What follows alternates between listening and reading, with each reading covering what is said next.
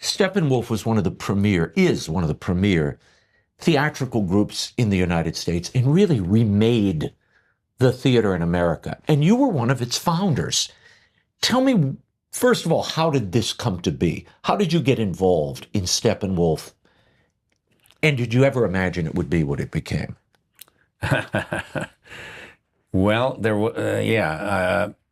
it goes back to when I was 18 years old. I was getting out of high school. I loved doing plays. I wasn't going to go to college. Loved doing plays in high school. Wanted to keep doing them.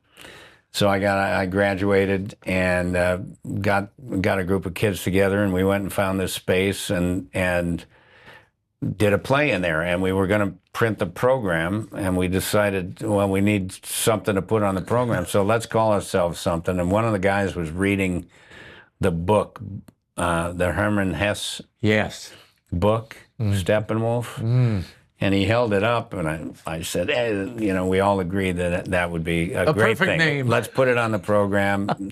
We called it Steppenwolf Theatre. That was probably March of 1974. That's 50 years ago. Wow. And we called it Steppenwolf. Then we did another play. Then we did another one. Then we added Malkovich and Laurie Metcalf and Joan Allen and all these incredible actors. My wife, Moira. Yeah, Moira, then Moira Harris. She was Moira Harris, yeah. She was friends with my co-founder, Jeff Perry, and fellow co-founder, Terry Kinney. The three of us were the ones that got things started. And all these folks, they went to Illinois State together. And they all came up to where I lived in Highland Park, which is where Jeff Perry and I went to high school. And we found a space. We started doing plays in the basement of this closed-down Catholic school. Yeah. And that was the summer. It started in 74, but then they got out of college in 76, and that's when we really cranked up and got it going. This is like Mickey and Judy putting a show on in the barn. I mean, really, that's what it was at the beginning. But in time, Gary, and in not long time, this really rebrands and remakes American theater. I mean, you're the artistic director there for many years.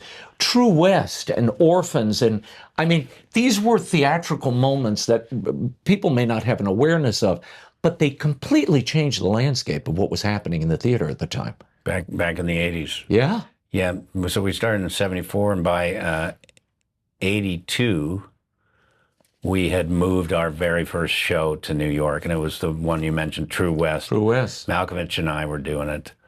And it was a small show, 4 people, so it was easily movable. Yeah. It didn't cost that much money. We found a little 180-seat theater downtown in New York called the Cherry Lane. Cherry Lane, still there. Yeah, it's still there. It's been there for a gazillion years. Yeah. A lot of people have done plays in there. And we did our show there, and it was a big, big hit. And then we did another show the next year, and another one the following year, another one, and we just kept bringing plays there. Let me ask you this. What made it different from everything else that was happening in New York and in the American theater at the time? What was it? I don't know. Well, when you're isolated in a basement theater with, 8 other radicals, you never know what's going to happen, and a lot of crazy stuff happened. We kind of developed this sort of protective, self-defense sort of acting where it was kind of attack before you get attacked. It was it was aggressive. I mean, it was. Yeah. I saw some of those productions, but there was an intensity about them. Was that it? Was it the intensity that came from that? I think we just developed this sort of anything goes sort of approach to things, being isolated in the basement, because it was our little space. We could do whatever we want. If nobody showed up to our shows that night, we just, it was fine. we would just have a party and entertain each other, and that's what we kind of got used to doing. And you were very close. I mean, that closeness also lends a certain comfort. We were very close. And everybody, like the folks that I mentioned, Moira, Laurie, Metcalf, Joan Allen, Malkovich, John Malkovich, Terry Kinney, Jeff Perry, these folks are all like hugely talented, and you know, it's like we just stumbled into putting this group together of really, really good people. They all went off, you know, and had great careers and in the movie business and all of that. But the you know, the foundation was laid for a sort of approach and a style of acting in those early days. Working together in the basement. Then we eventually, that was in Highland Park, Illinois, where Jeff and I went to school.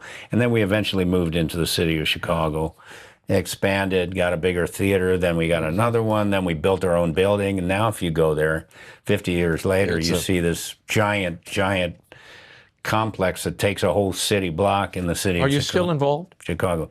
I don't really do much there anymore. I was involved with. Very, very involved for the first like 27 years. And then the last thing I did was One Flew Over the Cuckoo's Nest on Broadway, and that was 2001. So we closed July 29th, 2001. 6 weeks later, September 11th, 2001, the attack on our country. And everything changed for me at that point. I started thinking about different things, and I wanted to kind of get very involved in supporting the men and women who were deploying to Iraq and Afghanistan. I just got very involved in that. Never returned to the theater after that.